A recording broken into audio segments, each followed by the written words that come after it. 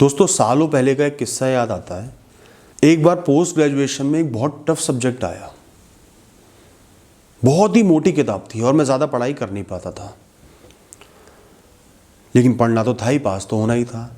तो मैंने एक प्लान बनाया। मैंने सोचा कई बार एग्जाम्स होंगे, इतनी मोटी बुक में कैसे पढ़ूंगा, तो मैं इससे कुछ नोट्स बना लेता हूँ। एक छोटी सी हैंडी किताब बना लेता हूँ, नोटबुक बना लेता हूँ। ये पूरी किताब एक बार पढ़ के उसमें से नोट्स बना लूँगा, अच्छे से हाईलाइट करके इंपॉर्टेंट टॉपिक्स के नोट्स बना लूँगा और फिर बार बार उसी से पढ़ूंगा और पेपर क्लियर कर दूंगा। तो मैंने वो बुक पढ़ना शुरू किया खाली टाइम में।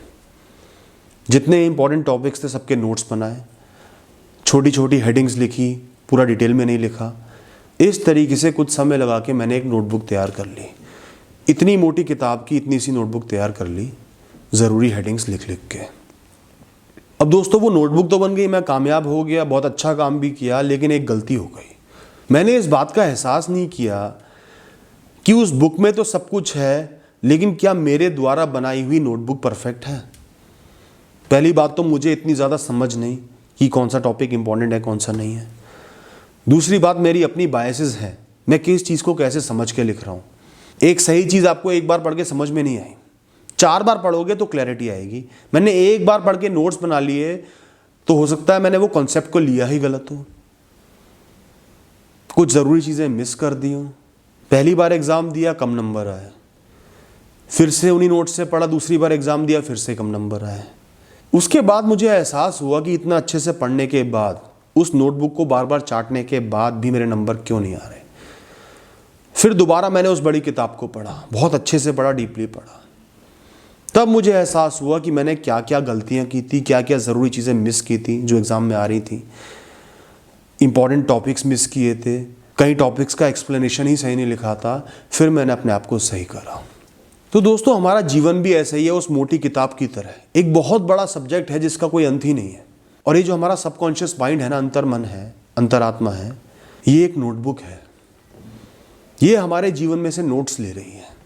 जीवन में हमारे जो जो घटित हो रहा है, जैसे भी हम एनवायरनमेंट से डील कर रहे हैं, रिएक्शंस दे रहे हैं, रिस्पॉन्ड कर रहे हैं, कोई स्टिमुलाई हमारे सामने आ रहा है, कोई इंसिडेंट हो रहा है, कोई इमोशंस आ रहे हैं, लोग आ रहे हैं, वो हर चीज़ के नोट्स लेता है, नोट्स बनाता है। जो चीज़ जितनी बार रिपीट होगी, जो इंसान जितनी बार आएगा, उतना ही ज़्यादा वैल्यू नोट्स में उसकी बनेगी, उतना ही उसको अंडरलाइन किया जाएगा, बार बार उसको लिखा जाएगा, वो उस नोटबुक पे अच्छे से छप जाएगा गहराई के साथ। जितना जो चीज़ कम आएगी उतनी ज़्यादा रिलेवेंट होगी। उस चीज़ को अच्छे से लिखा नहीं जाएगा, अच्छे से समझा नहीं जाएगा, वो याद नहीं रहेगी। जितना हम एक चीज़ को महत्वता देंगे, उसके बारे में सोचेंगे, एनालाइज करेंगे, कैड़े फैसले लेंगे, प्रयत्न करेंगे, उतना ही स्ट्रांगली वो हमारी किताब में छप जाएंगे। और कोई चीज़ बहुत इंपॉर्टेंट होगी और हमने उसको तवज्जो नहीं दी, उस पर ध्यान ही नहीं दिया, तो वो उस किताब में अच्छे से आएगा ही नहीं। और ये जो सबकॉन्शियस होता है ना, ज़िंदगी के सारे एग्जाम्स में, सारी सिचुएशन में यही काम आता है। यही नोटबुक है जो अपने अंदर से छान छान के डिटेल निकालती है कि हमें कैसे रिएक्ट करना है, हमें किस सिचुएशन में क्या करना है, किस इंसान से कैसे डील करना है, परिस्थितियों का सामना कैसे करना है। कुछ महीने का बच्चा होता है, उसे पता ही नहीं होता लाइफ में कैसे रिएक्ट करना है। सिर्फ 2-3 रिएक्शन आते हैं, रोना आता है, हंसना आता है। लेकिन एक 60-70 साल का इंसान होता है, उसके पास बहुत सारे रिएक्शंस होते हैं। चोट भी लगती है तो वो रोता नहीं, खड़े रहता है, सहजता से सामना करता है। कॉम्प्लिकेटेड सिचुएशन आ जाती है, सामना करता है।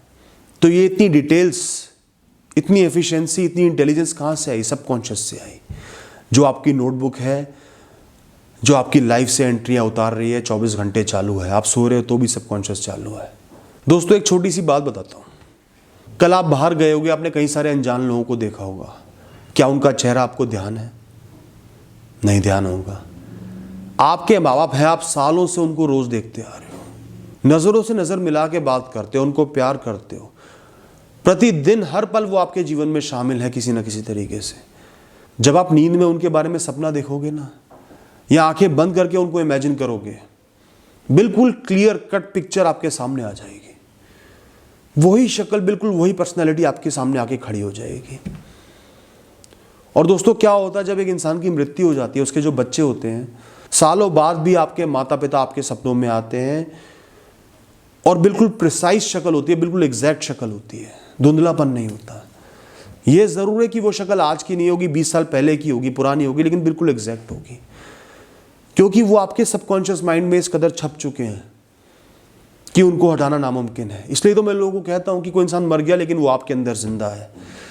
उसकी पूरी पर्सनैलिटी, एग्जैक्ट पर्सनैलिटी जैसे वो थे, वो आपके अंदर जिंदा है, वो नहीं मरे, आपके अंदर छप चुके हैं। जब तक आपकी आखिरी सांस है तब तक वो जिंदा है। इतना पावरफुल है आपका सबकॉन्शियस माइंड।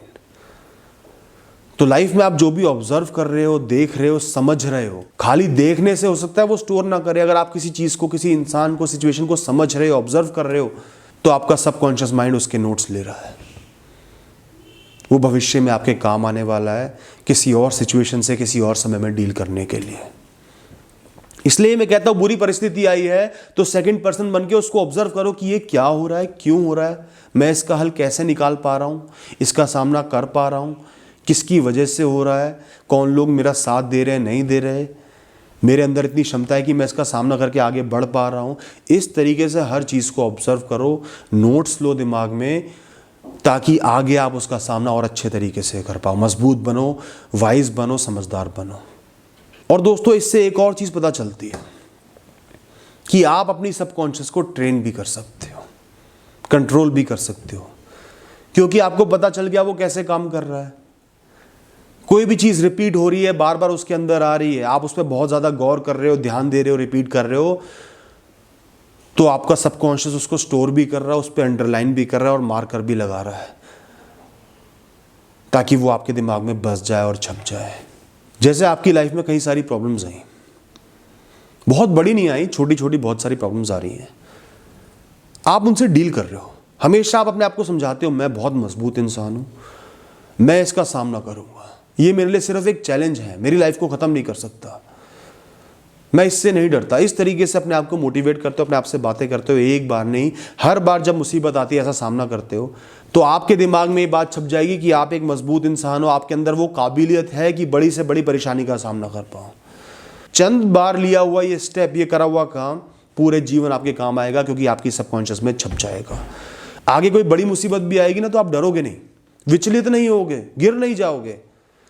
आपका दिमाग आपको ये बात समझाएगा कि तू तो बहुत मजबूत इंसान है, तू इसका सामना कर लेगा, इससे पार पा लेगा। जहां एक आम इंसान ये सोचेगा कि सब कुछ इम्पॉसिबल है, सब कुछ खत्म है, आपके दिमाग से ये बात निकल के आएगी कि मैं कर सकता हूं, और आप कर भी लोगे।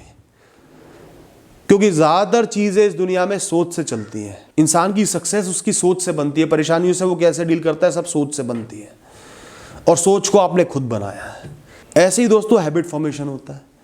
अगर आपको कोई अच्छा हैबिट बनाना है, प्रतिदिन सुबह 5 बजे उठ के व्यायाम करना है, वॉकिंग करनी है, सपोज ये हैबिट बनाना है, तो डिटरमिन्ड हो जाओ कि कम से कम 2 महीने तक डेली वो काम आपने करना है। कुछ नहीं सोचना, हैबिट नहीं बनाना, बस 2 महीने तक उस एक्ट को रिपीट करना है, और जितनी बार उसको कर रहे हो अपने बारे में अच्छा महसूस करना है कि मैंने अपने लिए कुछ अच्छा किया है। 20 दिन, 30 दिन, 40 दिन, 50 दिन, 60 दिन के बाद वो एक्टिविटी आपके जीवन में छप जाएगी, आपके सबकॉन्शियस में छप जाएगी कि ये एक्टिविटी अच्छी है। और एकदम से कोई फायदा भी नहीं होता, 4 दिन में फायदा नहीं होगा, 1.5-2 महीने में जाके कुछ फायदा होगा।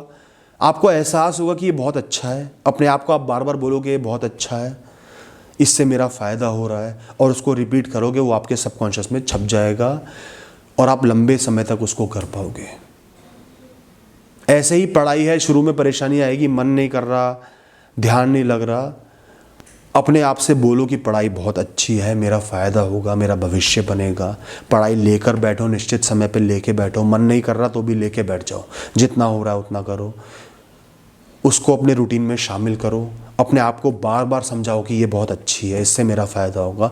ऐसे ही वो आदत बन जाएगी, क्योंकि आपके सबकॉन्शियस ने उसको उस तरीके से स्टोर कर लिया है। पढ़ाई से डर के भागोगे, बचोगे, नहीं मैं पढ़ाई नहीं कर सकता, मेरे बस की नहीं है, इतनी मोटी किताब मैं नहीं पढ़ पाऊंगा, तो सबकॉन्शियस में वही रजिस्ट्री हो जाएगी और जीवन भर आप ऐसी चीज़ों से भागते रहोगे। इसी तरह आप हैबिट फॉर्म कर सकते हो, अपने गोल्स को स्ट्रॉन्ग बना सकते हो, सक्सेस को डिटरमाइन कर सकते हो, सक्सेस को खुद लिख सकते हो, और बहुत इंटेलिजेंट बन सकते हो, समझदार बन सकते हो, सब कुछ ऑब्जर्व करके, ध्यान दे के, परेशानियों से डील करके, स्ट्रॉन्ग बन के लंबे समय तक के लिए अपने दिमाग को ट्रेन कर सकते हो। तो दोस्तों, ये कुछ बहुत ज़रूरी चीज़ें थी जो सबकॉन्शियस माइंड के बारे में मैंने आपसे डिस्कस करनी थी। थोड़ा सा ध्यान देना, लाइफ में बहुत अच्छा बदलाव आएगा। Thank you.